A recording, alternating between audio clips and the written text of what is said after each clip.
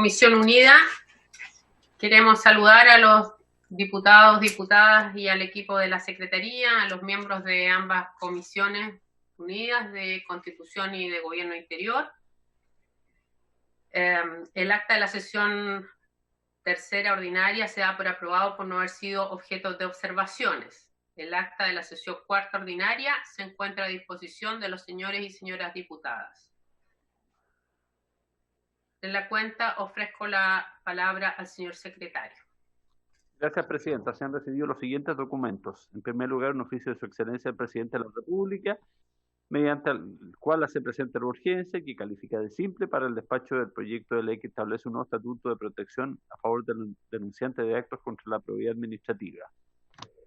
En segundo lugar, un oficio del Fiscal Nacional del Ministerio Público, mediante el cual remite para conocimiento de las Comisiones Unidas de Gobierno Interior y de Constitución algunas observaciones de ese organismo en relación al proyecto de ley que establece un nuevo estatuto de protección a favor del denunciante. Y finalmente se recibió una copia del oficio dirigido por el presidente de la Federación Nacional de Trabajadores Municipales de Chile, FENTRAMUCH, al Contralor General de la República, en el cual expone algunos antecedentes que pueden servir a la discusión del proyecto de ley en tabla. Eso es todo, Presidenta. Muy bien, gracias. Pasamos a la orden del día.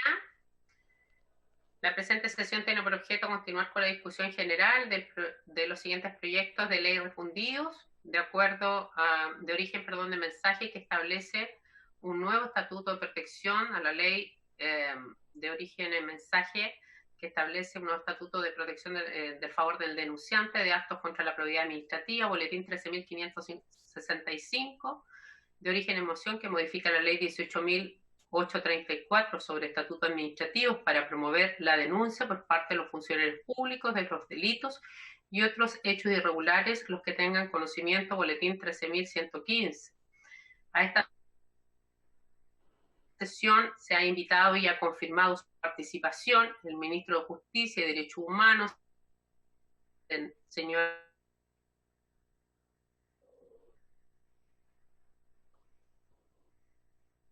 Se cortó el audio. ¿Desapareció la presidenta? Sí, le ha pasado muchas veces. Tiene mala señal, parece, en el lugar donde... FENTRAMUCH, señor Fabián Caballero Vergara, acompañado por el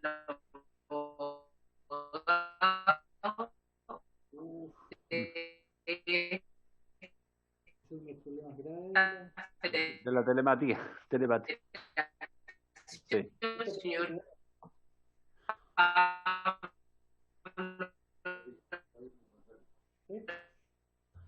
la última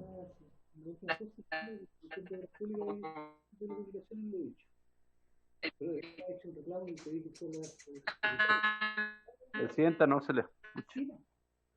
La alternativa sería que presidiera usted, don Matías. Yo creo que sería mejor. Habla con cualquier micrófono. Ah, en la minuta. Ya. Ahí están los invitados. Presidenta.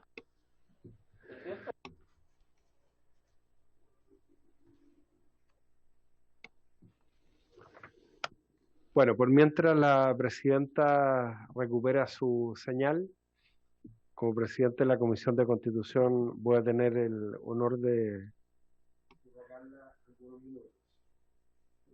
¿Ahí sí? Ya.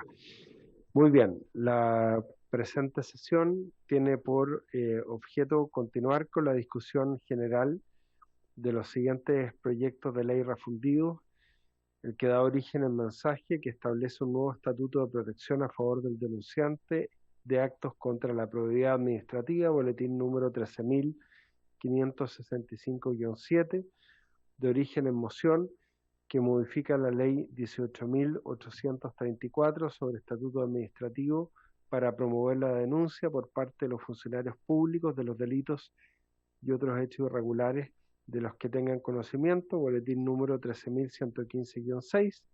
A esta sesión se encuentran invitados el profesor de Derecho Administrativo de la Universidad Católica de Valparaíso, señor Eduardo Cortero Quinsacara, el abogado experto en Derecho Penal, señor Enrique Aldunate Esquivel, el presidente de la Federación Nacional de Trabajadores Municipales de Chile, señor Fabián Caballero, y la directora de Espacio Público, señora María Jaraquemada Eder. Luego de escuchar a los invitados, quiero recordarle a todos que vamos a proceder a votar la idea de legislar. Han confirmado además su participación el ministro de Justicia y Derechos Humanos, señor Hernán Larraín Fernández, acompañado por la jefa de la División Jurídica, señora Mónica Naranjo, el jefe del Departamento de Asesoría y Estudios, señor Milton Espinosa, y los abogados de dicha división, señora Rocío González y señor... Presidente, me pide formalmente la presencia de doña Joana Pérez que usted presida en esta oportunidad. Sí, está con problemas de conexión la presidenta titular, la diputada Joana Pérez, así que para no interrumpir la sesión vamos a continuar presidiendo mientras ella lo disponga. Muy bien. El presidente de la Federación Nacional de Trabajadores Municipales de Chile, FENTRAMUCH, señor Fabián Caballero Vergara, acompañado por el abogado de esta federación, señor Pablo Alarcón Muñoz, la directora de Incidencia de Espacio Público, señora, ya la habíamos nombrado, María Jaraquemada Ederra, muy bienvenida, el profesor de Derecho Administrativo de la Universidad Católica de Valparaíso, señor Eduardo Cordero Quinzacara, el abogado en Derecho Penal, señor Enrique Aldunate Esquivel, y en representación del Ministerio Público, la señora Marta Herrera Seguel, directora de la Unidad Especializada Anticorrupción y de la Fiscalía Nacional, acompañado por los abogados de dicha unidad, señora Yélica Music y el señor Hernán Fernández. Muy bien, señor secretario, les ofrezco la palabra a usted para que nos determine el orden de la intervención. No hay un orden preestablecido, presidente. No sé si quiere empezar con por ejemplo, con la señora María Jaraquemada. Entonces vamos a escuchar en primer lugar a la señora María Jaraquemada Ederra, que es directora de Incidencia de Espacio Público. Muy bienvenida. Adelante con su exposición, por favor, María. Muchas gracias, presidente, por su intermedio, dirigirme a ambas comisiones. Quería preguntar si puedo compartir, déjeme ver. Sí, el secretario le da la opción de compartir la presentación, no hay ningún problema. No había saludado, creo, el ministro de Justicia, que está, ahí está el ministro de Justicia que está presente. Sí, puede subir la presentación. Tiene la palabra María Jaraquemada. Perfecto.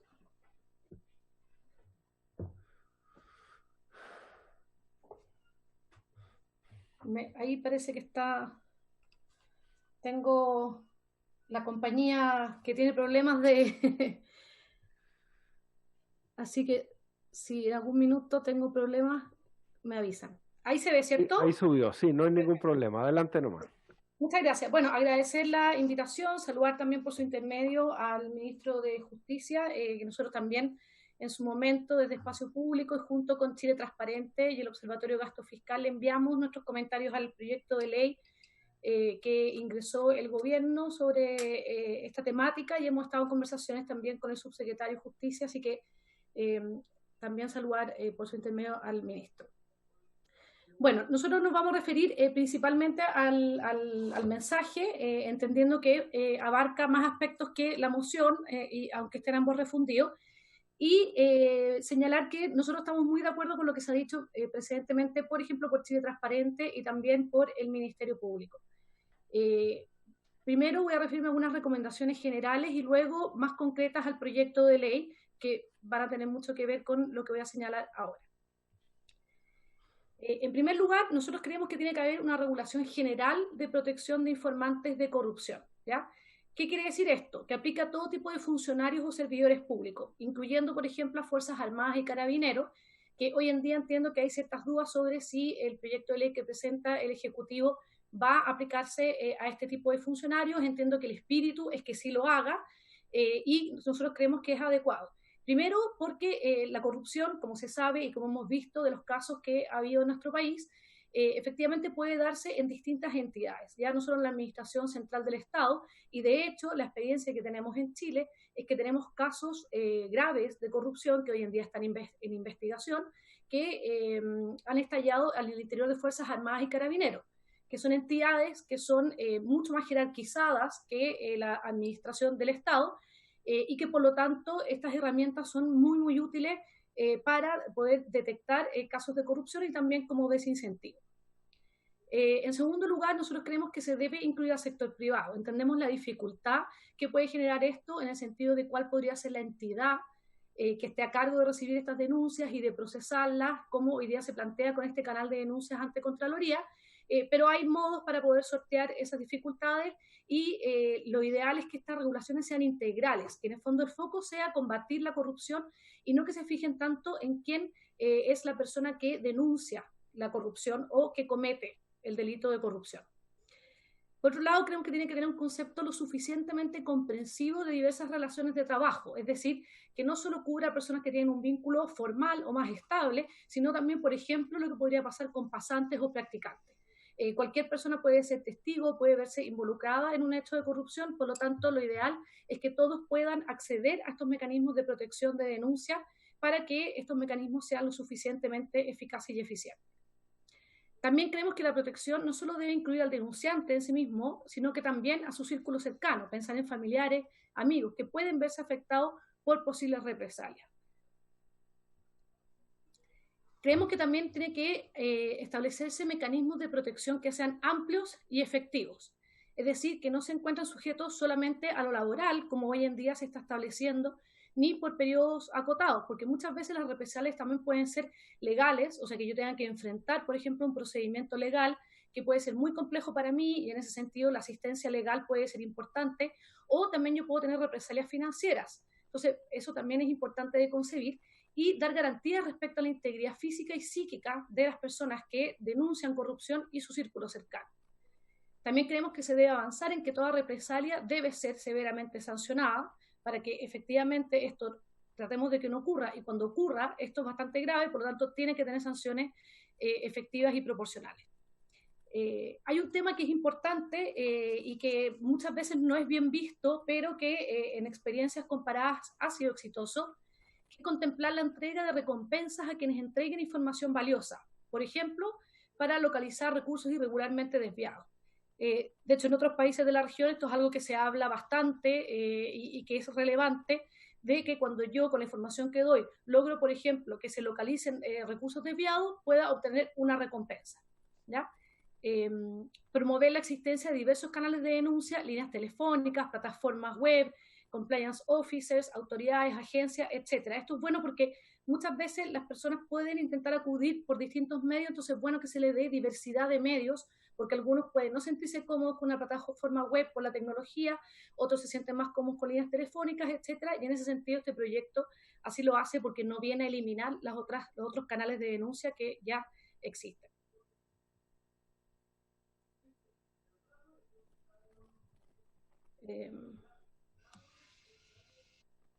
No me está avanzando, espérenme. Ahí. Respecto a la institucionalidad, sabemos que también esto es más complejo, requiere más financiamiento y es un tema que hay que revisarlo muy bien, pero yo estoy hablando de recomendaciones que nosotros hicimos, creo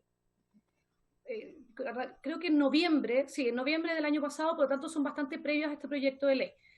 Pero lo ideal es que haya una institucionalidad que se encargue de promover, fiscalizar y aplicar las normas de protección a informantes, ¿ya? De modo de que estos canales efectivamente se utilicen y sean eficaces y eficientes. No solo que existan los canales, sino que haya alguien que promueva el uso de estos canales y que fiscalice que las normas se apliquen de manera adecuada. Lo ideal también es que esta actividad cuente con recursos suficientes, por ejemplo, para generar un cambio en la percepción negativa que puede tener en la sociedad los procesos de denuncia. Recordemos que en nuestro país, por ejemplo, muchas veces se habla de denunciantes como el acusete, el sapo, que son términos peyorativos. Entonces, hay una percepción negativa de quien puede atreverse a hacer una denuncia. Por lo tanto, es importante intentar revertir esa percepción negativa y mostrar el beneficio social que se genera, ¿ya? Recibir eventuales denuncias de irregularidad, llevar adelante las investigaciones o derivarlas a una institución más idónea, entregar protección a los informantes y también investigar eventuales represalias. Es importante, por ejemplo, considerar que muchas veces el denunciante puede no saber a quién precisamente tiene que denunciar, ¿ya? Si es al Ministerio Público, si es a la Contraloría, si es a una superintendencia, por ejemplo. Entonces, es relevante que no se le ponga esa carga al denunciante, sino que sea el propio Estado o la propia entidad, la institucionalidad, la que se haga carga de hacer las derivaciones respectivas y, en el fondo, que se le dé las facilidades a la persona para que haga la denuncia y luego sea el mismo entramado, la institucionalidad, la que derive a quien sea pertinente, y esto se le informe adecuadamente también al denunciante. También creemos que uno de los elementos importantes es la confidencialidad y el anonimato, ¿ya? Primero, asegurar la confidencialidad, evitando intermediarios o filtros innecesarios, es decir, que haya la menor cantidad de personas o filtros o pasos entre el denunciante y quien finalmente llega a investigar esta denuncia, ¿ya? Porque eso obviamente pone en riesgo la confidencialidad. Mientras más personas, más capas haya entre quien hace la denuncia y quien investiga, se corre en riesgo de que efectivamente se mantenga la confidencialidad. Que haya sanciones en caso de filtraciones de información o identidad de las denunciantes, porque obviamente esto perjudica al sistema completo. Nosotros creemos que es muy relevante que se permita la denuncia anónima con código de seguimiento. Es importante que el denunciante pueda hacer seguimiento de su denuncia, porque eso también le da más confiabilidad en el sistema. Cuando ve que efectivamente la denuncia que yo hice va avanzando en el procedimiento y yo puedo saber qué ocurre finalmente con esa denuncia. Pero nosotros creemos que es importante la denuncia anónima y sabemos que eso es algo que muchas veces se tiene temor por distintas situaciones. Una de ellas es que haya una avalancha de denuncias que no tengan fundamento, que no tengan antecedentes suficientes. Nosotros creemos que eso se puede evitar estableciendo ciertos criterios y requisitos de información para que, si la información que da el denunciante anónimo no es suficiente, simplemente no se puede continuar con la investigación, ¿ya? Por otro lado, en algún momento yo he tratado de conseguirme la información, pero no ha sido fácil, así que sería ideal si se le pudiera solicitar a Contraloría General de la República, pero en algún minuto con el Contralor anterior se hizo una especie de piloto en esta materia, donde se permitieron ciertas denuncias anónimas y otras no, como hoy en día ocurre, que hay que identificarse. Y se hizo como un piloto para ver si efectivamente ocurría eso, y la verdad es que el resultado no fue el que se esperaba, de que hubiera una avalancha de denuncias anónimas sin antecedentes suficientes o infundadas. Por lo tanto, yo creo que es bueno abrirse a esta opción y establecer en el fondo los filtros o los requisitos esenciales para que las denuncias por su propio mérito puedan seguir avanzando o no en las investigaciones. Y es lo que ocurre en muchos otros aspectos. O sea, muchas veces nosotros vemos cómo el Ministerio Público o incluso Contraloría, de oficio, por los antecedentes que tienen, inician investigaciones. Entonces aquí ocurriría un poco lo mismo. Y por otro lado, también para evitar que se pueda perjudicar la honra de las personas por denuncias anónimas que están infundadas, nosotros también creemos que se podrían precaver con, por ejemplo, establecer cierta reserva o secreto de las investigaciones mientras los antecedentes no sean suficientes. Nosotros creemos que al final lo importante para que se inicie una investigación es la entidad de los antecedentes más que quién hace la denuncia. Eso creemos nosotros que es muy relevante. Y también establecer mecanismos para evitar acusaciones falsas, tal como sanciones, que puede ser en el caso cuando se tenga la identidad de la persona, u otras como las que acabo de mencionar. Respecto a los procedimientos, creemos que es importante que se haga seguimiento a las denuncias recibidas y permitir al informante que pueda participar de la investigación y conocer su estado de avance. O sea, si el denunciante quiere efectivamente ser una parte activa de este procedimiento, tratar de darle todas las facilidades y que siempre pueda hacer seguimiento de su denuncia. Lo ideal es que los procedimientos sean lo más sencillos, sin trámites innecesarios y que aseguren un trato justo, objetivo e imparcial respecto a la información recibida. Como señalaba precedentemente, aquí lo más importante es la denuncia en sí y no quién hace la denuncia. Y además lo ideal es que sea lo más sencillo, sin muchos trámites, sin muchos requisitos, para que esto no se convierta en algo muy burocrático y que al final sea algo disuasorio para hacer las denuncias. Que las personas encargadas de llevar adelante estos procesos tengan que garantizar altos niveles de capacitación e integridad e independencia. Esto es muy relevante, es la primera cara de la persona, del denunciante, ante este sistema. Por lo tanto, es muy importante que tengan la capacitación y las herramientas necesarias para poder ejercer estos cargos. Respecto a sanciones, nosotros creemos que la sanción a denuncias infundadas, de mala fe o temerarias pueden contemplarse y deben contemplarse, pero esto tiene que equilibrarse la severidad de este tipo de sanciones con el interés de no disuadir a personas de efectuar denuncias.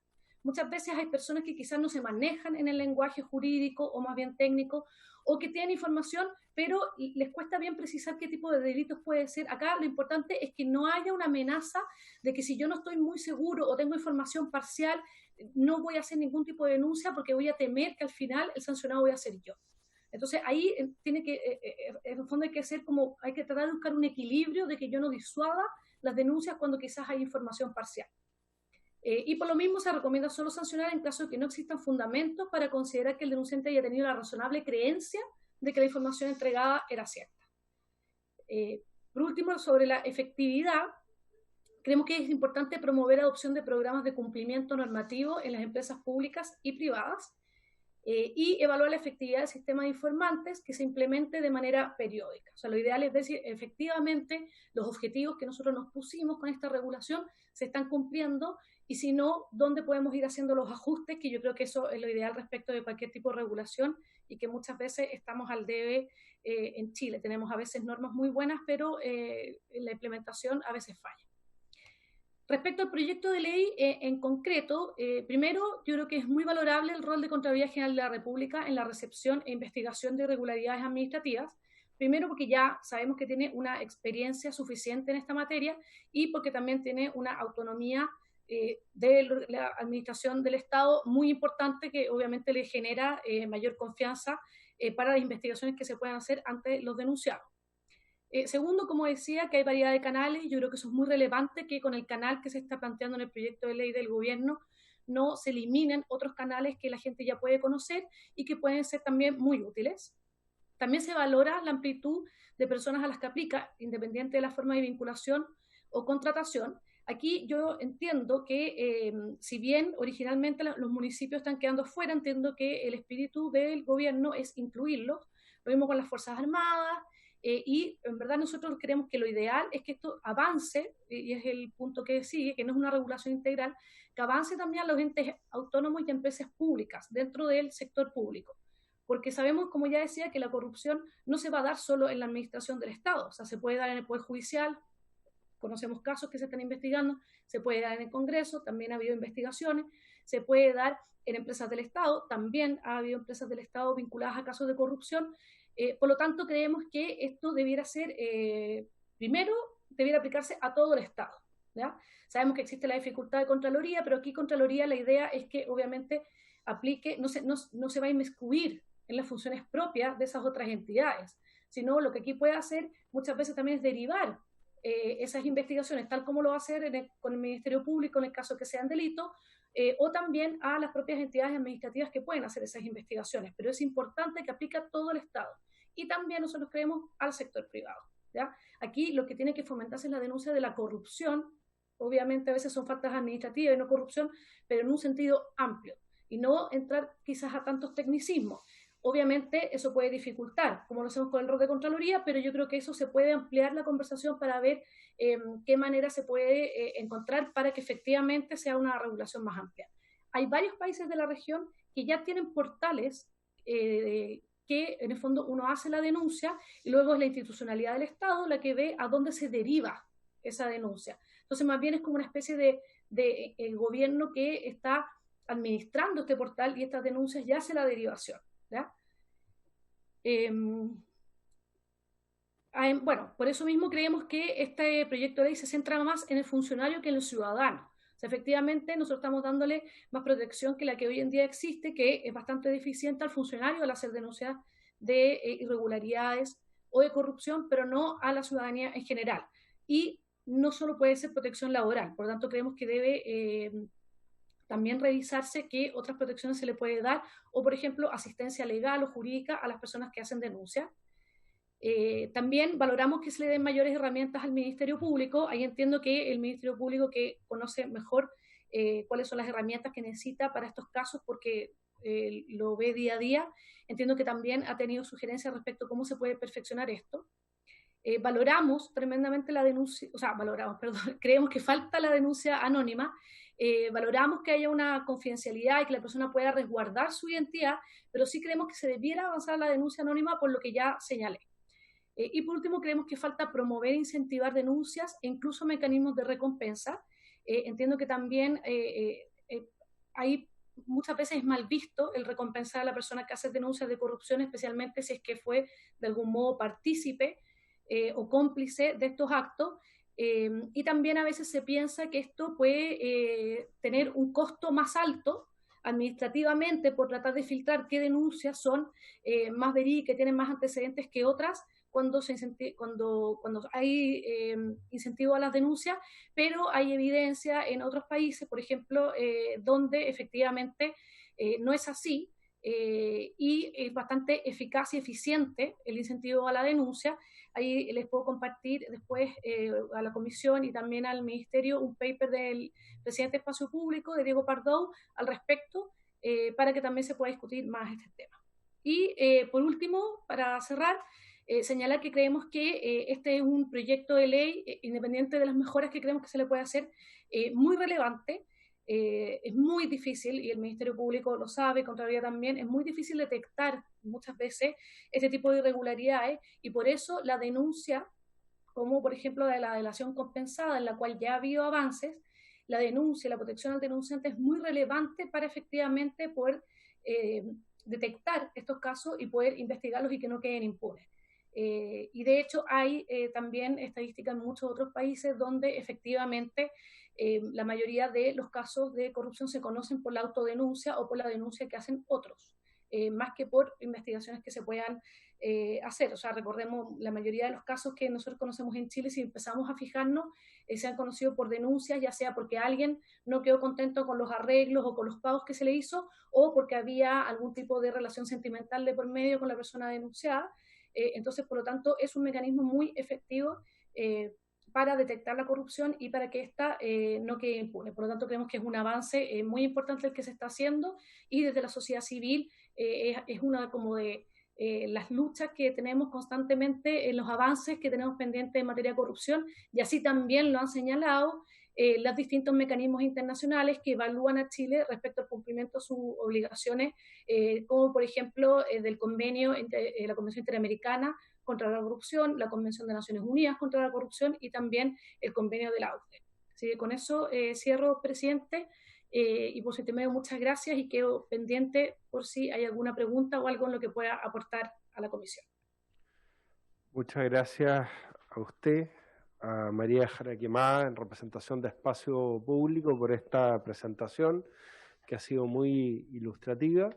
Ofrezco la palabra a los señores y señoras diputadas de esta Comisión Unida de Gobierno Interior y Constitución, por si hubiera alguna pregunta. No sé si me puede, señor secretario, mostrar la pantalla para ver a todos los intervinientes. Bueno,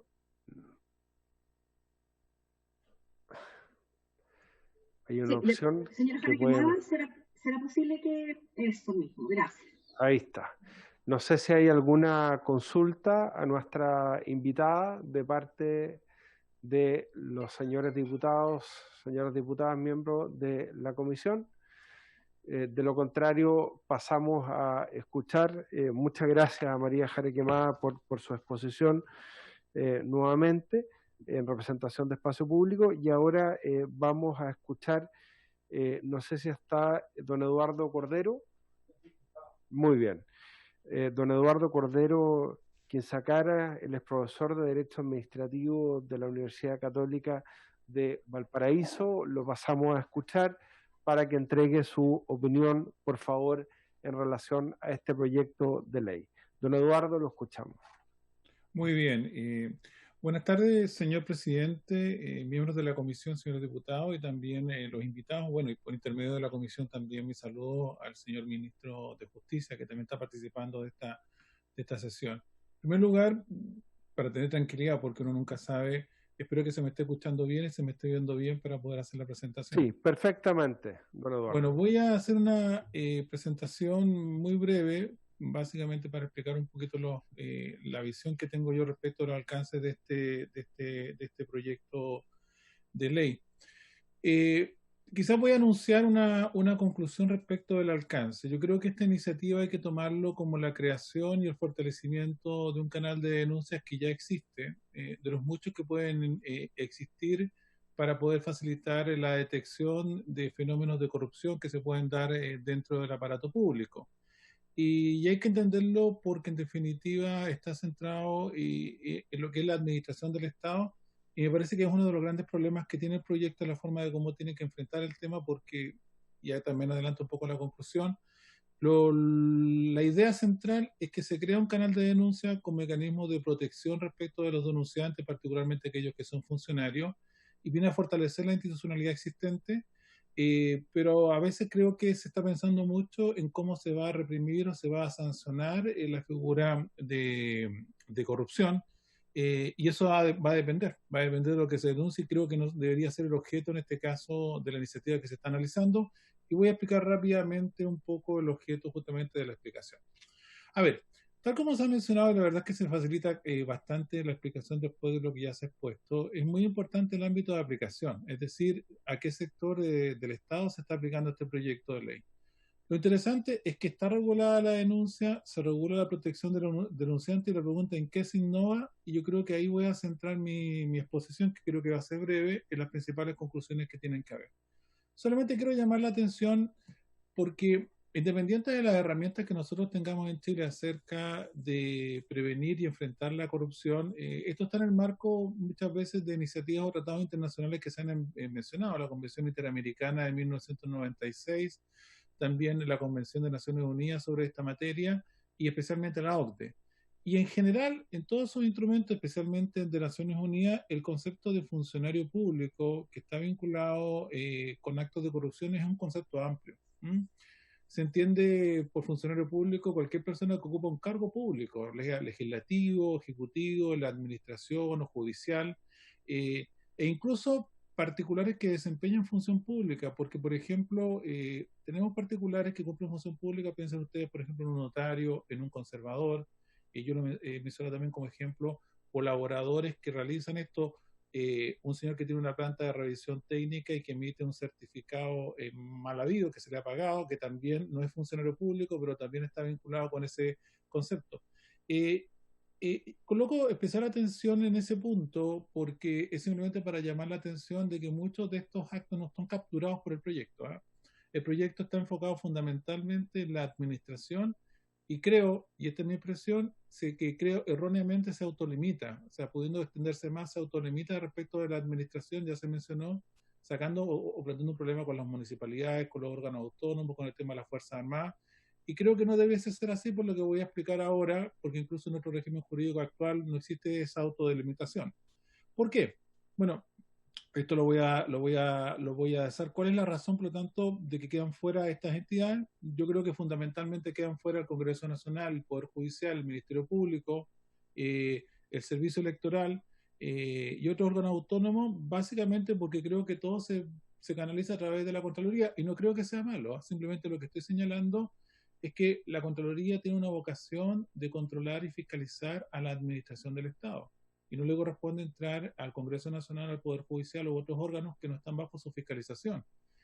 Como consecuencia de aquello hay que asumir esa realidad. Si yo estoy utilizando como canal de denuncias a la Contraloría, lógicamente la Contraloría tiene un ámbito de acción que es mucho más acotado y no tiene esa capacidad. Tendrán que ser los propios órganos constitucionales, como el Congreso Nacional, el Poder Judicial, que tendrán que ver cómo van a trabajar con un tema de canal de denuncia en esta materia.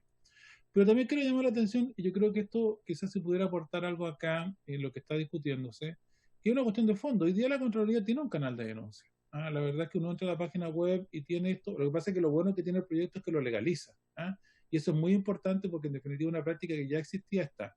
Y lo importante es que la Contraloría, cuando utiliza su canal de denuncia, controla todos los órganos de la administración del Estado. Controla en primer lugar, estoy hablando de ministerios, subsecretarías, servicios públicos, todos los que son parte de la administración del Estado, incluidas las empresas públicas, es decir, CODEL, COENAP, ENAMI, Banco Estado, están bajo el control de la Contraloría a través de este canal de denuncia. O sea, Alguien hoy día perfectamente entra a la página web de Contraloría, puede denunciar un hecho de corrupción que está ocurriendo en una empresa pública que al parecer el proyecto estaría dejando fuera, pero hoy día Contraloría igual captura ese hecho. También entidades privadas donde el Estado tiene participación, por ejemplo, poco se sabe, pero Metro es una sociedad anónima, la Casa de Moneda es una sociedad anónima, la Puya Chilena de Beneficencia es una sociedad anónima, las corporaciones municipales. Pero Contraloría tiene competencia sobre eso para hacer auditoría. Hay un artículo ahí bien importante de la Ley Orgánica de Contraloría. También la Contraloría hace auditoría, fiscaliza. Acá hay una cuestión distinta que luego voy a mencionar, quizás pueda ahondar si se le pide la aclaración, es que claro, como son entidades privadas, no hay funcionarios públicos, se buscan otro tipo de responsabilidades que son responsabilidades penales y civiles. En el otro caso busca responsabilidad administrativa, pero igual se logra el efecto de la denuncia, o sea, la denuncia gatilla responsabilidad civil y responsabilidades penales, y efectivamente cuando uno ve el informe de auditoría que fiscaliza estas entidades, una corporación municipal, o fiscaliza en su caso una empresa, una sociedad estatal, el informe de Contraloría envía los antecedentes al Consejo de Defensa del Estado y envía los antecedentes al Ministerio Público. Ojo, y también Contraloría fiscaliza particulares, sobre todo aquellos que reciben fondos públicos, subsidios, beneficios que se reciben. Piensen ustedes, por ejemplo, que hoy día tenemos el sistema de la gratuidad y también está el tema de las subvenciones que reciben los colegios particulares. Cuando hablo de la gratuidad estoy hablando de universidades. Que recibe el sostenedor, que recibe un subsidio en particular. La universidad privada que recibe un aporte es una entidad particular, pero a Contraloría le interesa que los recursos que se le entregue se destinen para el objeto que se le entregó. Y por lo tanto también Contraloría llega al particular y bien puede ocurrir que se utilice los fondos para un objetivo totalmente distinto. Y Contraloría puede entrar justamente a fiscalizar aquello y dar cuenta de aquello. Entonces, por eso les digo, quizás ese artículo primero, esa primera parte, cuando trata de definir lo que es la administración del Estado y se empieza a quedar corto porque no comprende las municipalidades, no comprende la entidad autónoma. Acá se habló mucho, por ejemplo, las Fuerzas Armadas no es necesario porque están incluidos dentro de la fiscalización de Contraloría. Y de hecho los hechos que se han conocido en el último tiempo, que han dado lugar a procesos en paralelo, es decir, han dado lugar a procesos penales vinculados a las Fuerzas Armadas y comisión investigadora, pero también han dado lugar a auditorías por parte de Contraloría, están de acuerdo a las competencias que hoy día tienen y vienen por el tema de denuncia. Entonces, simplemente quizás yo llamo acá un poquito la atención de que quizás el proyecto no debería tratar de jugar acá con buscar un concepto de definición de administración del Estado, si al final yo puedo denunciar a un particular que recibe fondos públicos y lo mal utiliza está en la Contraloría. No hay ningún problema hoy día. Lo puedo hacer también respecto de una empresa pública, de una sociedad estatal, lo puedo hacer incluso de entidades autónomas como una municipalidad. Yo sí, o sea, hago mención de esto simplemente para quizás dar cuenta de que quizás esa discusión respecto del alcance no sea tan relevante hoy día. Entonces, yo creo que la solución sería, lo pongo ahí, comprender a todas las entidades fiscalizadas por Contraloría. Solamente colocando con esa frase ya se soluciona buena parte del tema del alcance. Porque luego las herramientas que tiene Contraloría varían. Depende, porque si son funcionarios públicos habrá que ser sumario, en su caso habrá que eventualmente buscar responsabilidades administrativas. Si son, por ejemplo, empresas públicas habrá que hacer auditoría, etcétera. O habrá que incluso hacer denuncias a quien corresponde en el ámbito penal. Lo importante es que este canal de denuncia que viene reforzado y viene con protección al denunciante, especialmente cuando es funcionario público, permita capturar eso. Es decir, que el canal de denuncia sea eficaz y sea eficiente, se traduce en que tenga medidas de protección adecuadas. Entonces, repito, mi propuesta sería un poco reducir un poco esta discusión, ese alcance, y simplemente estar a lo que hoy día se está respecto de la fiscalización que realiza la Contraloría. Ahora bien, hay algún problema, sí, porque sabemos que el mundo de los funcionarios públicos es un concepto amplio, pero jurídicamente solamente son funcionarios públicos aquellos que están en la planta de un servicio, aquellos que están a contrata. El proyecto trata de capturar también a los honorarios y también a los que se rigen por el Código del Trabajo, que estrictamente, sobre todo los honorarios, no son funcionarios públicos. El proyecto modifica el estatuto administrativo y modifica el estatuto de los funcionarios municipales, básicamente para establecer mecanismos de protección de estas personas, mecanismos de protección que son bastante razonables, que ya existían por lo demás desde el año 2007, en donde, por ejemplo, estas personas no pueden ser objeto de un procedimiento disciplinario, se tiene que no llevar adelante una calificación si eventualmente el denunciado es superior jerárquico, no puede ser trasladado, acá se refuerza un poco esa idea, Pero yo simplemente, y creo que estoy de acuerdo a la presentación anterior, estoy pensando que acá hay medidas de protección para las personas que son funcionarios públicos, pero se nos quedan un poquito afuera las personas que no son funcionarios públicos. Creo que sí el proyecto lo enfrenta de la manera del concepto de represalia, que puede ser interesante, ¿ya? El concepto de represalia que es una acción que se puede ejercer ante la propia Contraloría General de la República para poder enfrentar eso, porque puede ocurrir que el denunciante sea una persona que está en horarios, que no es funcionario público, que producto de aquello sea desvinculado del servicio, entonces hay una medida de represalia y quizás es bien interesante cómo eso se le puede dar cobertura. Solamente hago una mención que hoy día cualquier funcionario público que se sienta afectado a sus derechos puede recurrir a la Contraloría, de acuerdo al artículo 160 del Estatuto Administrativo, y la Contraloría es bastante eficiente en la protección y control de estos funcionarios. Y de hecho ha creado varias instituciones. Lo bueno es que este proyecto permite que la Contraloría pueda adoptar una serie de medidas de protección que antes no existían. Y repito, entonces eso creo que es lo positivo de la iniciativa. Por lo tanto, yo valoro que se crea un canal de denuncia. Quiero colocar el acento, y vuelvo a insistir, en que esto lo administra la Contraloría, con lo bueno que tiene en cuanto a la extensión de lo que controla hoy día Contraloría, pero también con lo no tan bueno en el sentido de que hay órganos que Contraloría no puede controlar. Por lo tanto, recibirá denuncias respecto de órganos, por ejemplo, del Poder Judicial, que Contraloría ahí simplemente tomará nota, pero no puede ejercer las herramientas que tiene. Y todos los instrumentos que se consideran ahí, potestad disciplinaria, delitos, denuncias, todos ya existen hoy día en la actualidad y se están ocupando. Hay reserva de la denuncia y sobre todo, junto con establecer esta protección de funcionarios públicos, también se refuerza el deber de denuncia que se tiene que hacer por parte de los funcionarios, tanto en el Estatuto Administrativo como municipal. Por lo tanto, yo no quiero extender demasiado porque creo que planteaba las ideas centrales.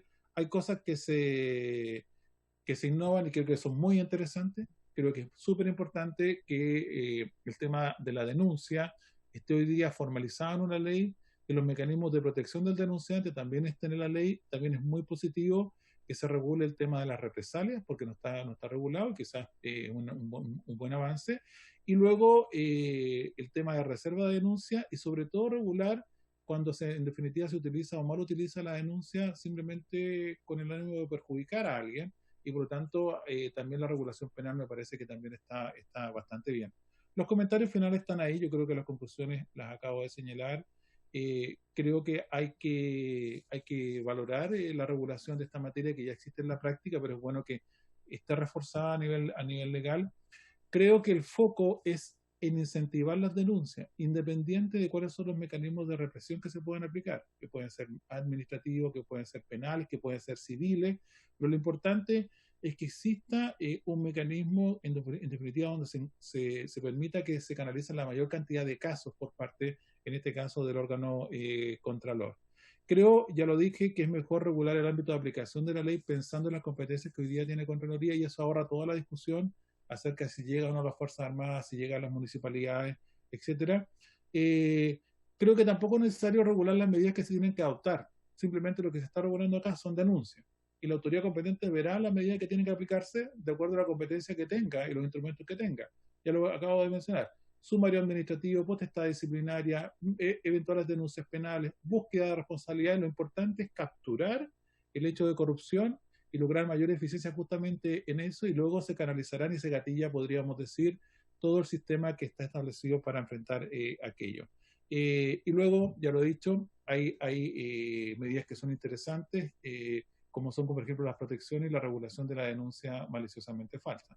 Bueno, quizás he hablado un poco rápido, quería compartir estas impresiones el día de hoy con ustedes, y quedo a su disposición si hay algo que quiera explicar o aclarar sobre este punto. Muchas gracias.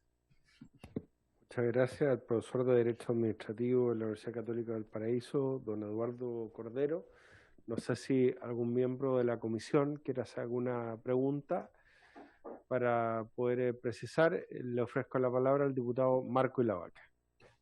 Sí, presidente, yo quedé con una duda.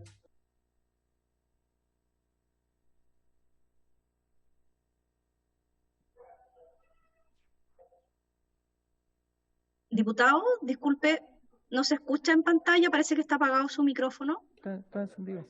Ya. Ahí sí, ahí sí. Ya. quedé con una duda, como dije en un comienzo, toda vez que casi todos los expositores que han expuesto anteriormente han señalado la preocupación respecto al establecimiento del delito de denuncia maliciosamente falsa. ¿Por qué? Porque esto podría llegar a ser un desincentivo a llevar adelante las denuncias, porque la denuncia lo único que hace no es levantar una acusación específica, sino que da el puntapié inicial para que el procedimiento se lleve adelante. Y lo que necesitamos efectivamente que se lleven adelante será el procedimiento el que logre determinar si es que existe o no existe un hecho ilícito y si es que éste amerita o no a tener una sanción. Pero el establecimiento de la denuncia maliciosamente falsa creo que es un tema que debemos necesariamente revisar al interior de esta comisión, y lo que dice el profesor Cordero es que a él le parece interesante, entonces por eso me gustaría hacer el contrapunto respecto a esta norma en particular. Insisto, en lo personal me preocupa el que una norma de esta característica establecida acá pueda implicar el desincentivo a los particulares a poder denunciar, que no creo que es lo que busque esta norma. Gracias, presidente. Muchas gracias, diputado Marco Ilavaca. Ofrezco la palabra a Soto. Gracias, presidente. Saludar por su intermedio a nuestro invitado, el profesor Cordero, y por supuesto a todos los colegas que están asistiendo a esta sesión. Un par de consultas. Yo extraño un poco la conclusión que extrae el profesor Cordero en su presentación en torno que prácticamente habría muy poco que regular en el actual Estatuto de Protección al Denunciante que aplica la Contraloría.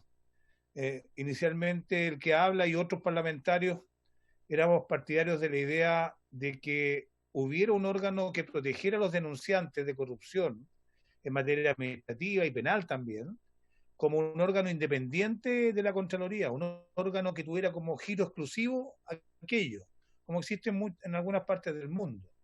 Y este otorgara la protección a los denunciantes, a los testigos, a las familias de ellos. El fenómeno de la corrupción, lo sabemos muy bien, es un fenómeno que pone incluso en riesgo a veces la vida de los denunciantes. Consecuencia, creo que hay que conocer a fondo el peligro que enfrentan tanto en lo personal, en sus carreras profesionales y en su vida a veces los denunciantes de corrupción. Y creo que dejar las cosas tal como están no debiera ser bastante no lo veo tan razonable. Pero, en fin, yo respeto su opinión. Y solo le hago un par de consultas respecto de la sanción a las represalias que pueden haber en contra de los denunciantes.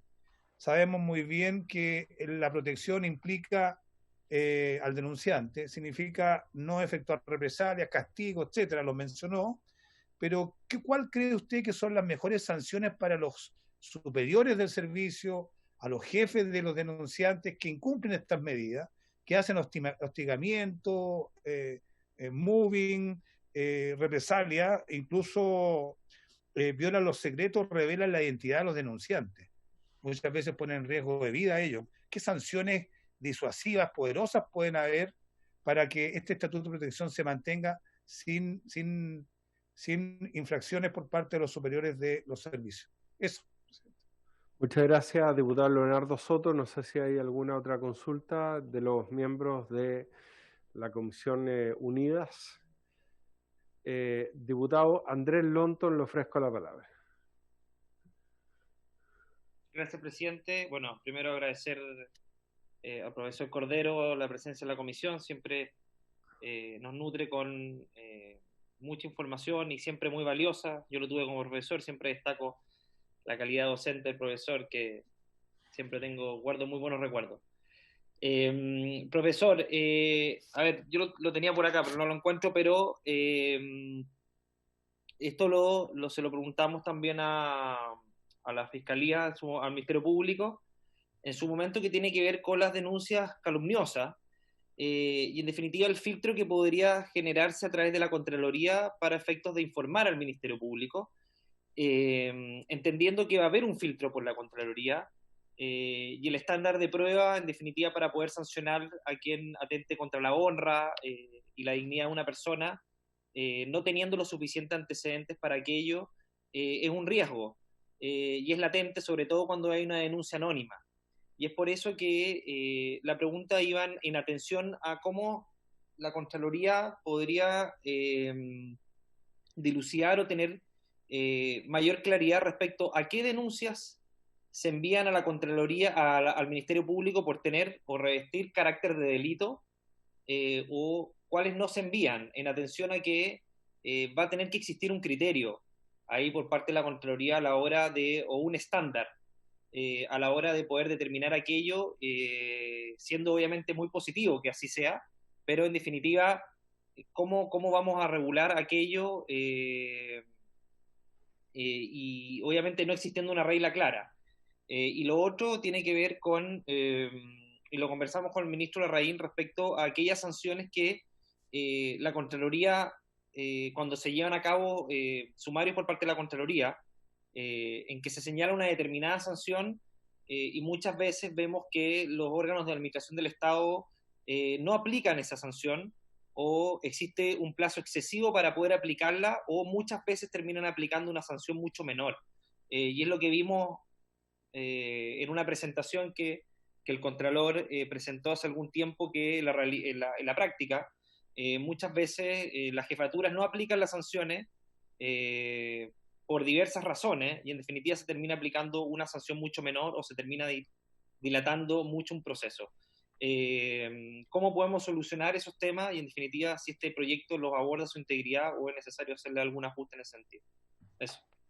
Muchas gracias, diputado Andrés Lonton. Se ofrece la palabra. No sé si alguien más quiere intervenir, sino para darle inmediato la palabra al profesor Cordero para que pueda contestar las preguntas. Profesor, por favor. Muy bien, bueno, muy breve. Yo solamente quiero insistir acá en algo que creo que es relevante, independiente de los sistemas represivos, porque acá se ha mencionado sistemas represivos tanto para que el mal utiliza la denuncia, como para aquella persona que reprime a la persona que denunció, es decir, el jefe de servicio muchas veces.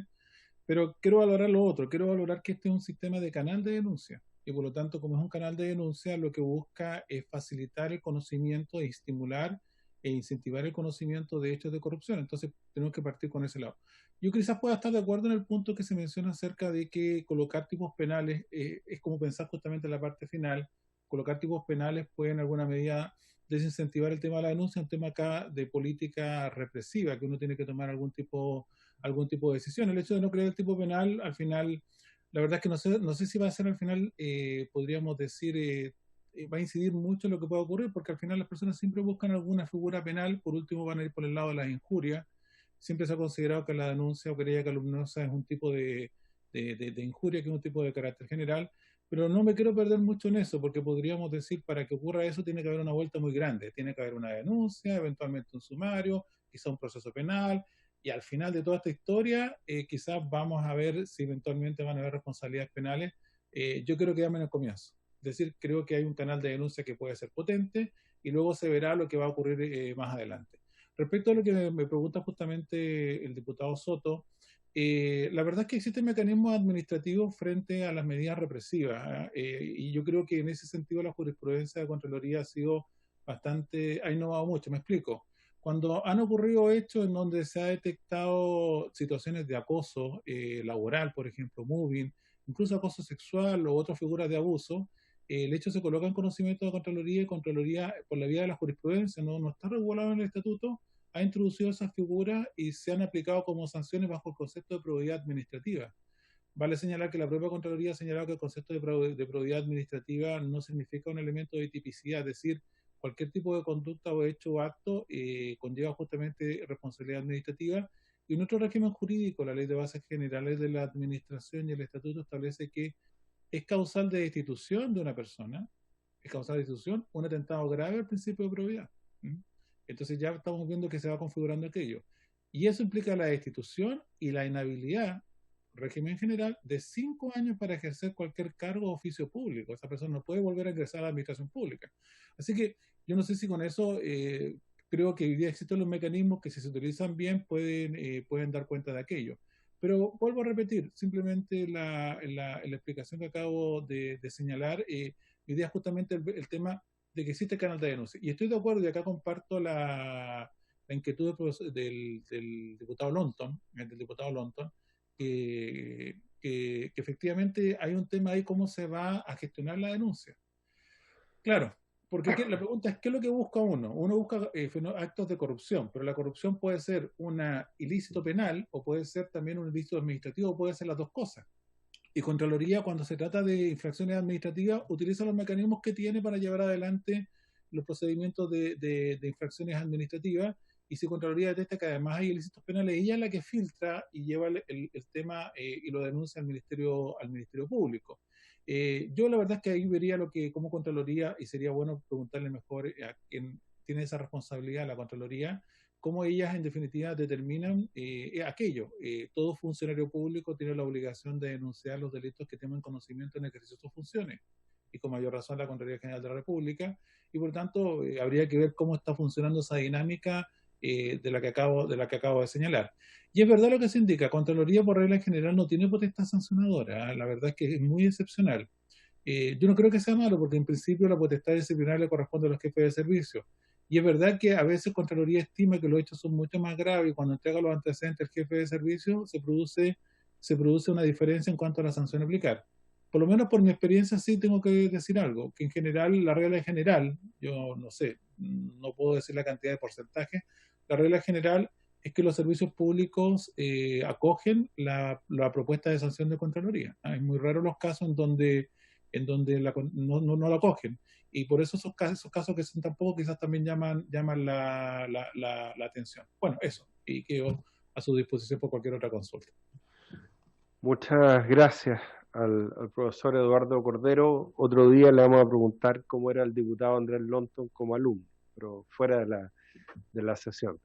Le vamos a ofrecer la palabra ahora a el señor Fabián Caballero Vergara.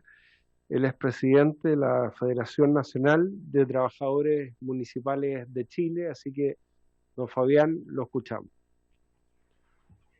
Bien, muchas gracias. Por su intermedio saludarlos a todas y a todos, y saludar también al ministro, quien lo vemos ahí trabajando desde su despacho. Mire, el debate que ha estado dando esta comisión, o estas dos comisiones unidas, coinciden en una parte importante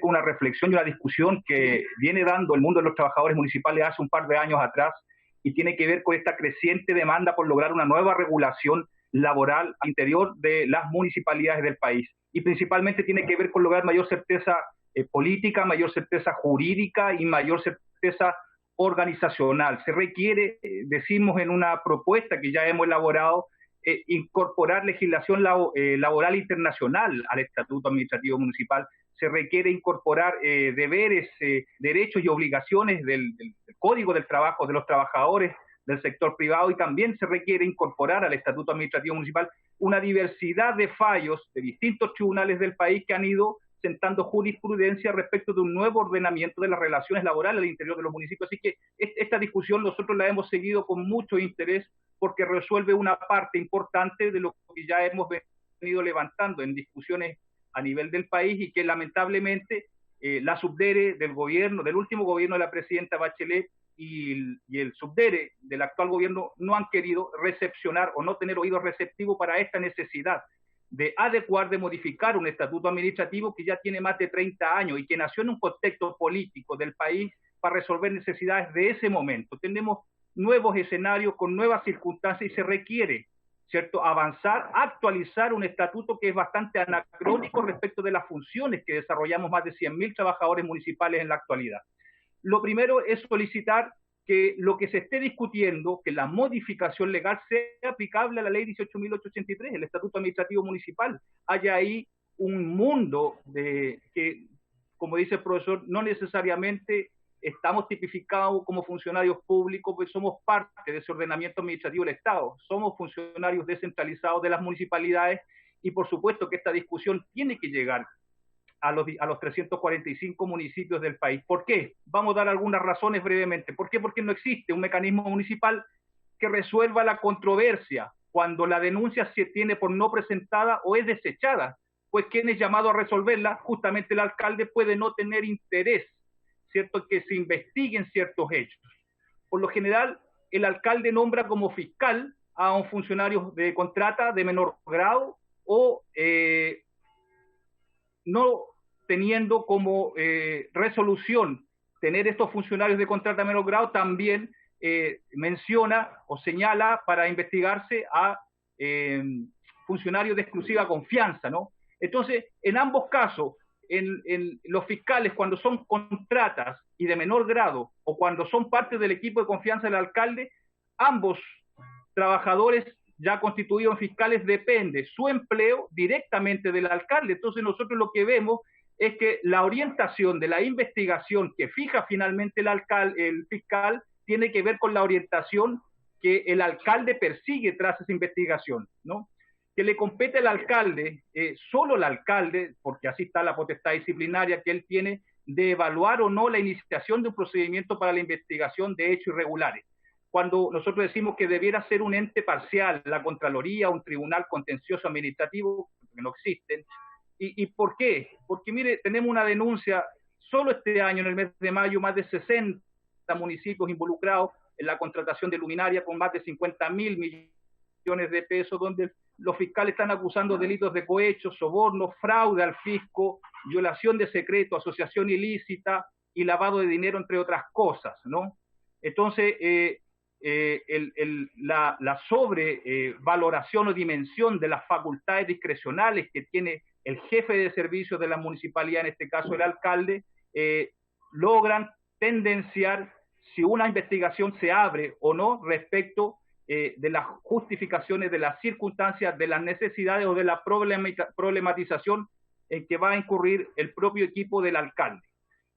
Nosotros también solicitamos que este debate debiera abordar, ¿cierto?, precisar y acotar la definición de principios de probidad administrativa, que hoy está definido en la ley 18.575, pero decimos que la definición es muy general, o sea, está señalada como una conducta intachable, desempeño honesto y leal con el cargo, con el interés general. Nosotros decimos que esta definición es tan amplia porque otorga un amplio margen de discrecionalidad, en el caso de los municipios, nuevamente al alcalde. Solo él puede calificar los hechos, ¿no?, para impedir, por ejemplo, la apertura de procesos, por un lado, o abrir y sancionar injustamente, inclusive con la destitución de algunos funcionarios, que en el caso que se conviertan en denunciantes, que por lo general son los dirigentes sindicales, pueden ser perseguidos y ser destituidos, y principalmente porque no son parte del staff, del equipo político, ¿cierto?, del alcalde.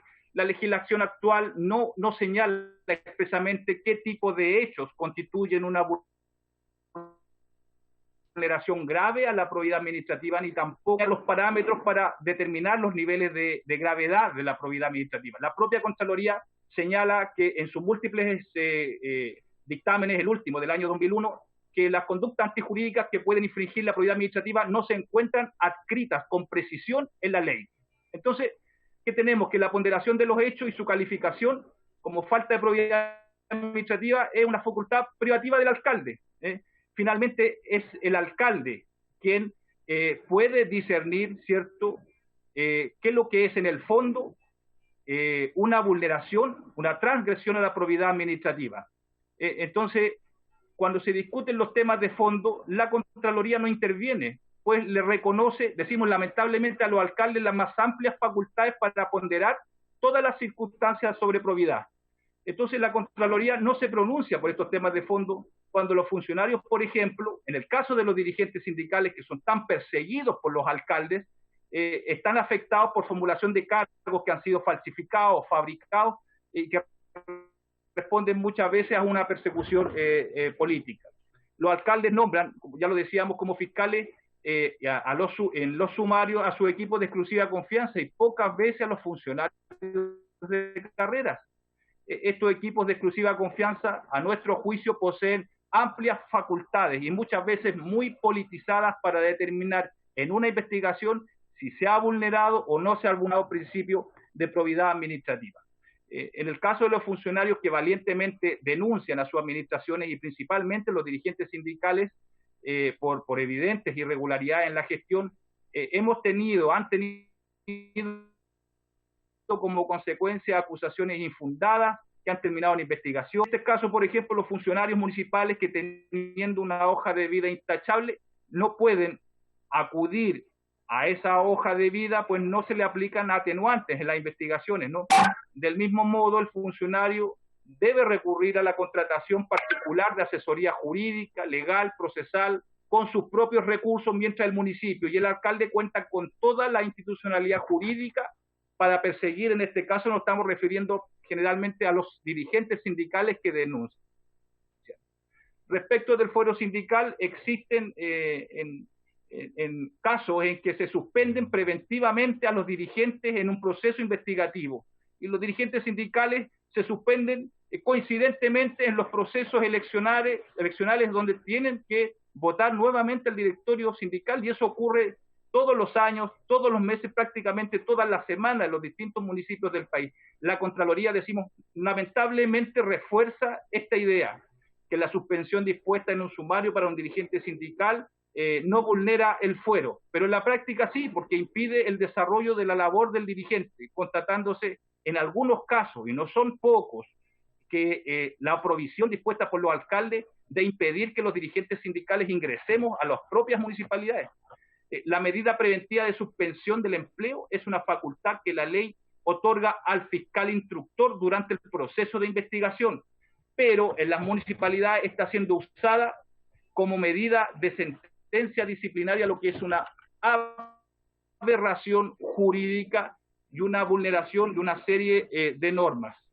Respecto a los cuerpos estatutarios, que no contemplan plazos breves para la tramitación de los procesos disciplinarios, pero en lo hecho estos se exceden, decimos, considerablemente. En consecuencia, la medida de suspensión, en el caso cuando se persigue a un funcionario por haber denunciado, puede utilizarse como un mecanismo para hostigar al denunciante, lo que hace necesario, decimos, limitar la investigación a un periodo de tiempo muy acotado, porque no solamente se suspende al funcionario, al dirigente, sino que también se suspenden las remuneraciones, se suspenden sus derechos previsionales, como estábamos viendo.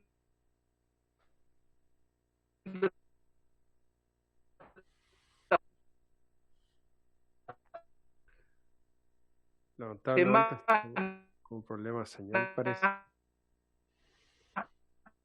Un funcionario de la municipalidad de Cerrillo, 4 años suspendido, acaba de ganar un fallo judicial, y lo que genera, decimos, un desdén terminando. No pueden actualmente quienes denuncian ser trasladados de localidad de función durante todo el tiempo que dura la investigación, pero por la vía de los hechos se vulnera ese derecho por la vía del eufemismo, a través de la destinación, la reubicación y los cometidos funcionarios en el caso de las municipalidades.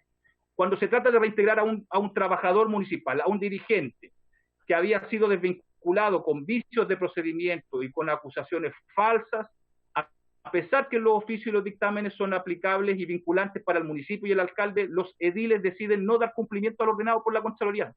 Se establece para nosotros abiertamente el desacato y la rebeldía de las normas y del Estado de Derecho por parte del alcalde, obligando al funcionario, por ejemplo, a elevar nuevas presentaciones administrativas, recursos de protección, tutelas laborales y demandas civiles por nulidad de derecho público por esos decretos que impiden el reintegro al trabajo, que demoran años y años, ¿no? Lo que ya había sido obligado por la Contraloría, hay que ir a buscarlo a un tribunal, ¿no? Incorporar estos hechos, decimos nosotros, como causal de notable abandono de deberes para todos los alcaldes, porque el desgaste es enorme, es un desgaste humano, intelectual, es un desgaste de recursos materiales, de recursos financieros y todo el impacto psicosocial y económico que significa para la familia del denunciante. Y cerramos con lo que ya habían señalado los que intervinieron antes sobre la Convención Interamericana contra la Corrupción, a la cual se escribió Chile, entiendo por ahí por el año 95, 96, que establece que los estados partes deben contar con una institucionalidad y un sistema que facilite la denuncia y proteja a todos los funcionarios públicos, y aquí incorporamos municipales también, que denuncien de buena fe los actos de corrupción y que incluya inclusive la protección de su propia identidad.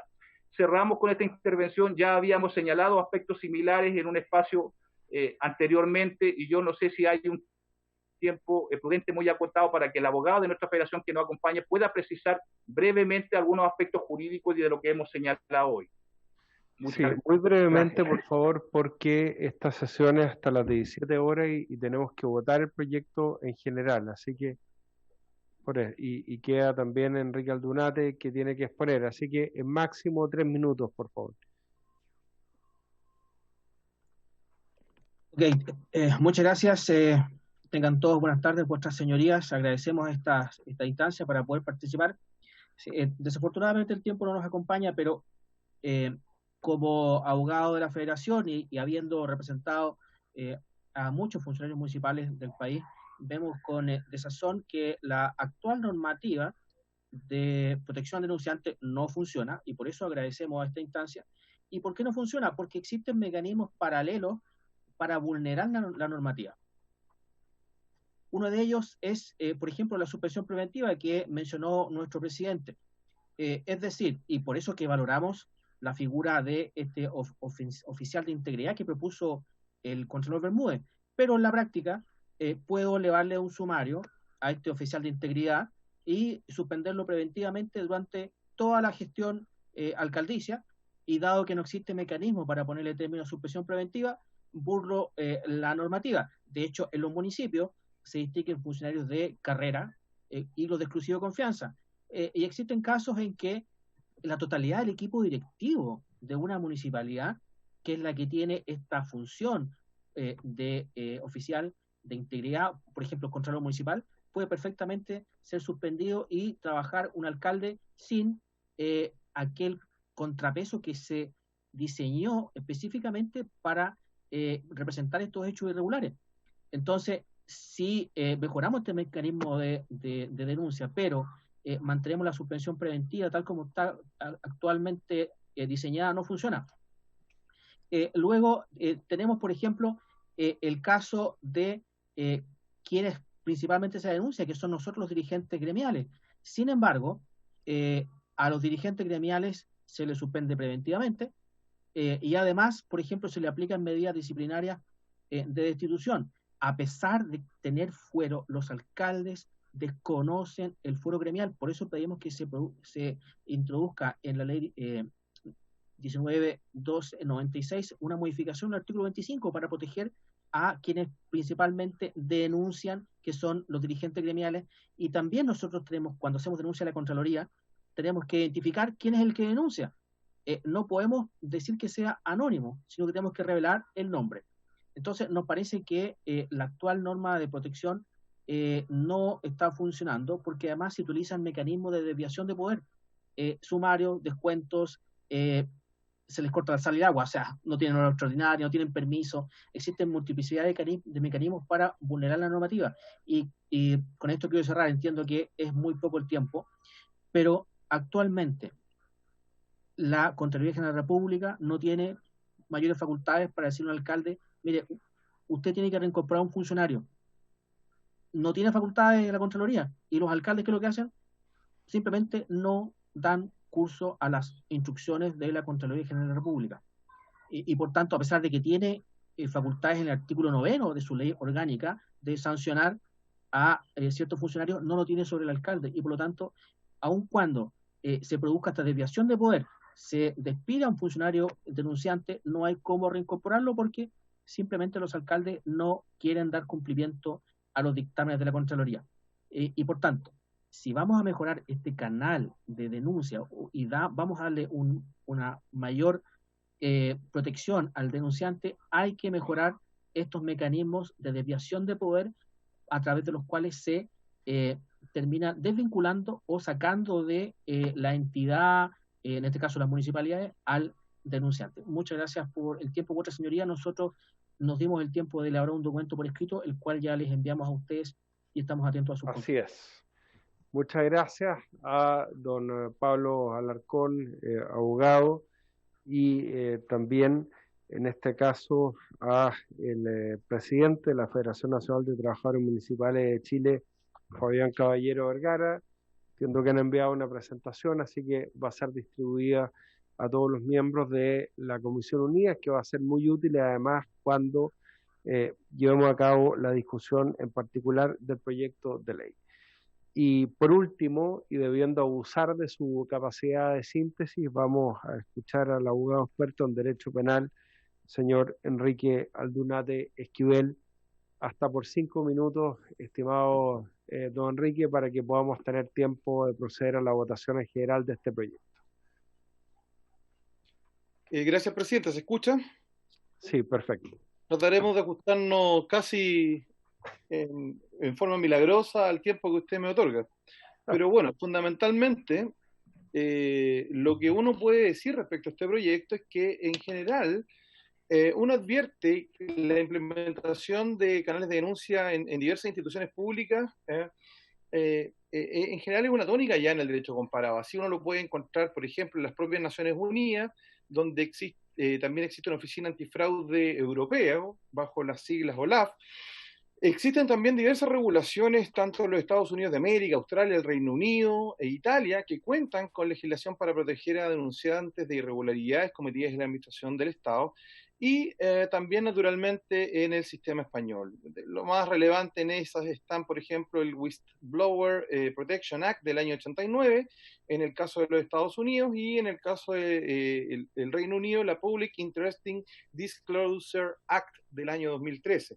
En ese contexto, presidente, naturalmente es que la regulación comparada da pie a este tipo de regulaciones. Y esta denominación en inglés del whistleblower, que es una suerte el que hace sonar la alarma o el que toca el silbato en estricto rigor, forma parte naturalmente de una cuestión que sí, evidentemente, si bien uno reconoce que el proyecto está bien encaminado en esta línea, naturalmente con algunas mejoras que se tienen que hacer en el trámite legislativo, uno advierte que esto, digamos, o lo que extraña un poco es que en esa mirada, digamos, de derecho comparado, se asumen que este sistema se incardina dentro de un modelo más global, que es un modelo preventivo a nivel de administraciones públicas. Es decir, el canal de denuncia es un elemento más dentro de esta lógica y que naturalmente esto se debe incardinar con un sistema o un modelo de prevención a nivel de administración pública. ¿Y eso cómo se traduce esas cuestiones? Nosotros no podemos dejar de ver o tener de vista que Chile, el año 2009, cuando quiere ingresar a la OCDE, digamos, publica la ley 20.393, que establece la responsabilidad penal del ente. Y dentro de los parámetros de la responsabilidad penal del ente, se entiende que los deberes de supervisión dentro de la empresa se cumple cuando se adopta un modelo, voluntario hasta la fecha en Chile, para prevenir delitos, que corresponde la instalación de canales de denuncia, la incorporación de los contratos de cláusulas preventivas, naturalmente hacer una ponderación de los riesgos adentro de la empresa y la creación de matrices de riesgo. Entonces, eso es muy relevante, presidente. ¿Por qué razón? Porque uno puede advertir que esta noción de riesgo institucional en nuestro sistema legal chileno, en nuestro sistema jurídico, no es extraña. Ya desde el año 97 existe un Consejo de Auditoría Interna General del Gobierno, que tiene su origen en el decreto número 12 de 18 de febrero del año 97, que precisamente, en definitiva, crea este órgano asesor de la Presidencia de la República y que presta asesorías en materia efectuando proposiciones en torno a la formulación de políticas, planes, programas y medidas de control interno de la gestión gubernamental en sus diversas instancias. Muy sintéticamente, ¿qué es lo que le quiero decir? Muchos organismos del Estado hacen ponderación de riesgo, hacen evaluación de qué actividades son riesgosas y tienen matrices de riesgo en la administración del Estado. Por lo tanto, uno no puede dejar de mirar que abordar este asunto del canal de denuncia debe marcarse dentro de un cuadro mucho más complejo, por así decirlo, pero que vaya en esa línea de adoptar también medidas preventivas que van más allá del puro canal de denuncia. En ese contexto uno puede avisorar o advertir que ya, por ejemplo, el profesor Cordero avisoraba que la opción de irse a la Contraloría es porque, claro, existe una cierta expertise en materia de fiscalización, de auditoría y determinación de ciertos niveles de responsabilidad administrativa. Pero el punto está en que lo que óptimo sería que cada órgano, incluso los órganos que, y eso es parte de una de las observaciones del proyecto, que quedan fuera de esta definición de quiénes van a contar con este canal de denuncia, naturalmente puedan contar con, a nivel interno, encargados de prevención, que puedan ser los que canalicen esta existencia de canales de denuncia. Eso no es una cuestión ajena en el derecho comparado y por lo tanto ese es un elemento que debe considerarse en este proyecto, porque ya se advertía que esto es problemático desde el punto de vista del ámbito de las competencias que tiene Contraloría para poder hacer, digamos, canalizar una serie de cuestiones. Lo más sensible, naturalmente, es cuando estamos en presencia de la comisión de hechos ilícitos. Es decir, que el canal de denuncia pase por Contraloría y que Contraloría a su vez lleve al Ministerio Público, resulta, creo yo, un poco engorroso, cuando los deberes de denuncia están establecidos ya en la ley procesal penal. Naturalmente, eso requiere una mayor precisión, un mayor mejoramiento en términos globales. Ahora, yo creo que el tema que quede radicado en la Contraloría es un tema discutible, y es tan discutible como que existen proyectos y proposiciones de anteproyectos. Por ejemplo, hay uno muy interesante que tiene el Ministerio Público, que naturalmente es de mayor aliento porque implicaba la creación de un consejo que se hacía cargo de esta, por así decirlo, de canalizar todas estas denuncias de corrupción que ocurren en la administración pública. Pero también ahí lo que se extraña es un poco, y algo advertía también el profesor Cordero, que se echa de menos una referencia a un concepto funcional de quién puede desempeñar una función pública. Nosotros lo hemos visto ya en otras disposiciones legales, por ejemplo, la más reciente que se está discutiendo ahora. En el caso, por ejemplo, de la nueva institucionalidad de la niñez y la infancia, se está estableciendo que los organismos colaboradores cumplen una función pública. Por lo tanto, ¿por qué razón, y más en un tema sensible como ese, uno no podría entender que resulta enteramente razonable que exista, digamos, la posibilidad de que esos particulares, cuando ejercen la función pública, puedan también quedar sujetos bajo esta nueva regla de los canales de denuncia? Ahora bien, sé que me queda poco tiempo y para cerrar en 2 minutos hay varias cosas que quedan en el aire, pero bueno, más adelante podremos ver. También, digamos, ha llamado la atención acá el tema en relación a la nueva tipificación que se propone para ciertos delitos, que era el viejo delito de denuncia calumniosa. A ese respecto, la primera cuestión que hay que precisar es que en el delito de denuncia calumniosa, que está en el artículo 211 del Código Penal, es el bien jurídico protegido es la administración de justicia.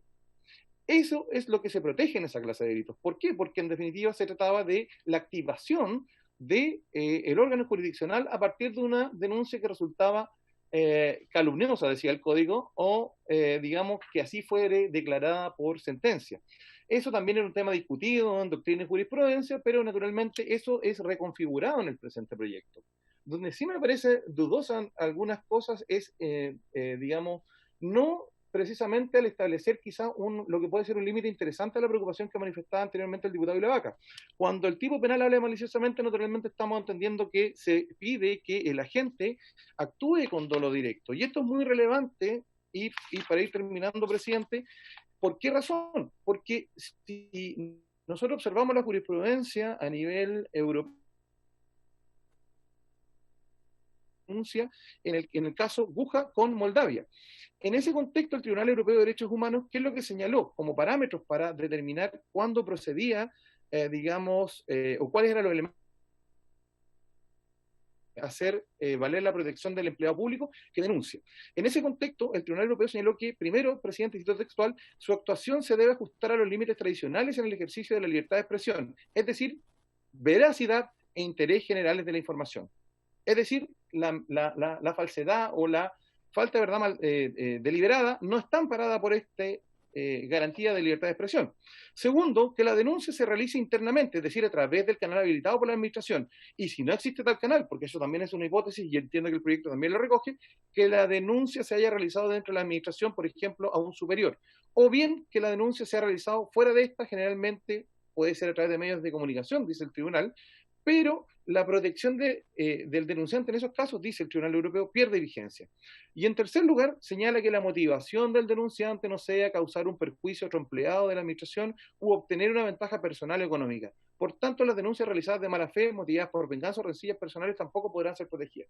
Quizás ese es por así decirlo, el marco jurisprudencial a nivel comparado que uno puede tener a la vista para tomar la decisión si incriminar o no esta clase de conducta. Y sobre ese tipo penal, finalmente, señor presidente, también merece un poco de duda el tema de la opción que toma la propuesta legislativa a cuándo procede frente a crímenes, cuándo a simples delitos y cuándo también a lo que entendemos por la infracción administrativa como expresión de un derecho administrativo sancionador. El profesor Cordero lo sabe mejor que yo, él tiene una monografía muy interesante sobre el punto, pero yo entendiendo al menos de que el planteamiento en materia de distinción entre este parecido de familia, entre el derecho penal y el derecho administrativo sancionador, tiendo a pensar de que, como bien decía Enrique Curi, el gran maestro chileno, la diferencia entre uno y otro es esencialmente cuantitativa. Y en ese contexto, si es una diferencia eminentemente cuantitativa, no parecería razonable la asimilación que hace la propuesta en la nueva fórmula de tipificación del delito de denuncia calumniosa. Presidente, son varias cosas que quedan en el tintero y finalmente para cerrar, creo que también a propósito de la represalia y de la situación de protección al denunciante, creo que también la Comisión debe considerar más adelante del eje Ferenda, creo que una de las formas más evidentes de vulneración de los derechos de los funcionarios es la estructura actual que tiene el procedimiento de su...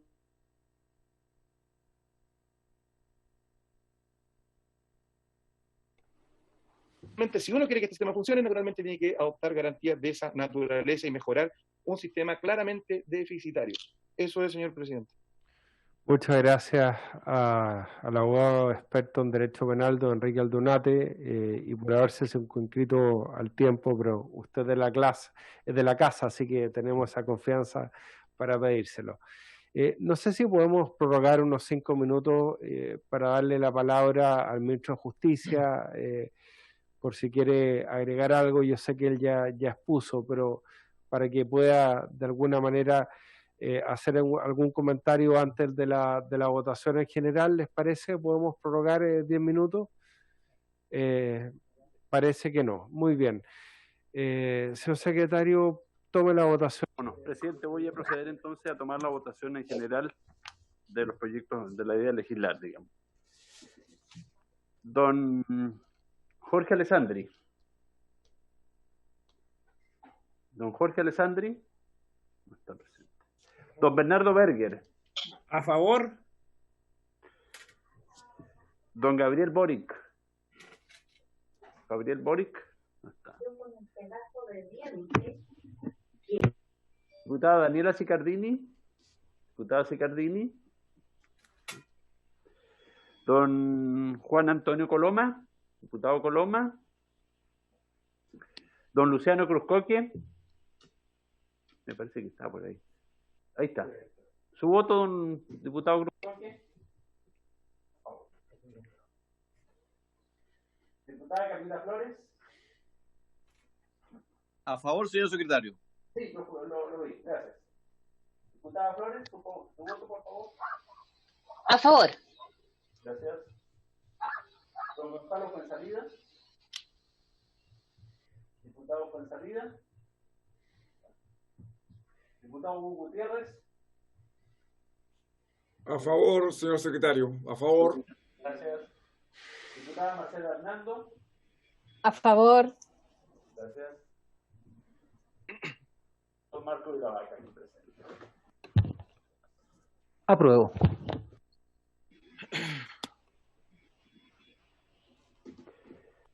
Diputada Pamela Quiles. A favor. Marco, ¿preparaste la campanilla? Don Andrés Lawson. A favor. Era Karin Lucas.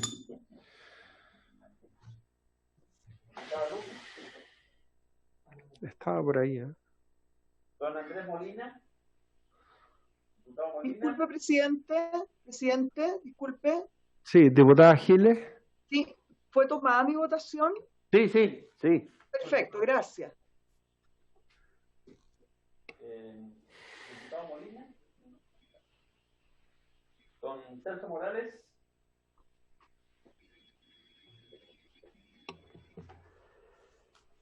Doña Paulina Núñez. Por favor, secretario, gracias. Gracias. Señora Andrea Parra.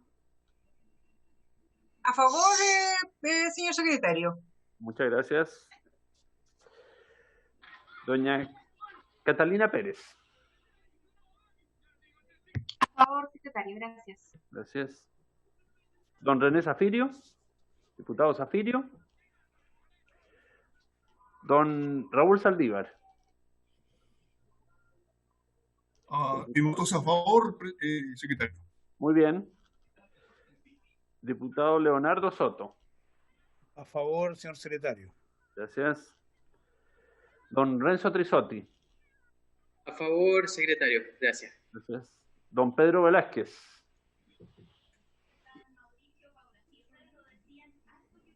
No está, Pedro Velázquez. usted va a ser presidente, así que lo dejo. Doña Joana Pérez, diputada Joana Pérez. A favor, señor secretario, y agradecer, por cierto, también a nombre de la Comisión de Gobierno Interior a los expositores por este trabajo. Así que gracias. A favor. Presidente accidental, don Matías Walker. A favor, señor secretario. Gracias. Resultado de la votación aprobado por unanimidad en general.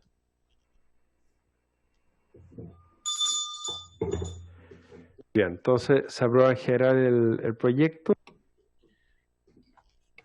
Continuamos con las discusiones en particular la próxima semana y por haberse cumplido el objetivo. Antes de que levante la sesión, ¿se va a fijar un plazo para presentar indicaciones?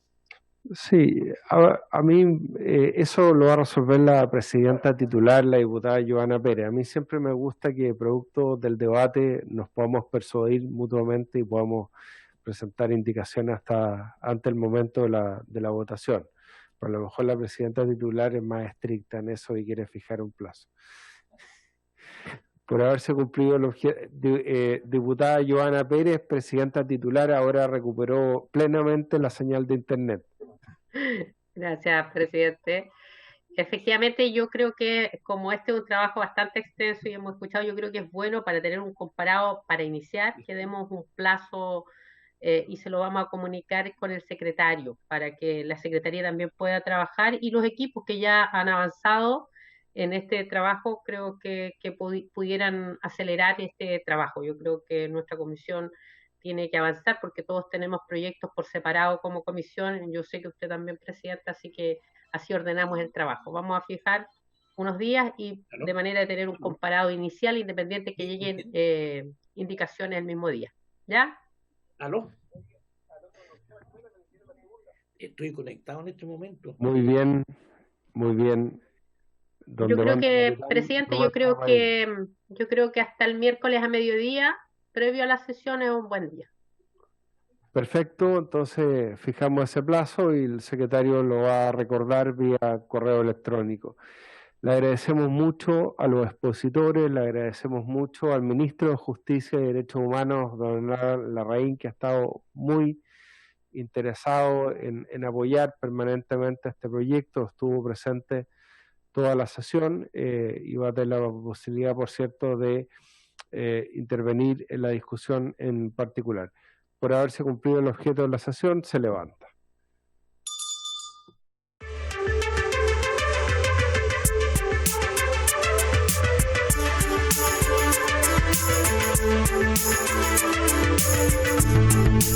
Thank you.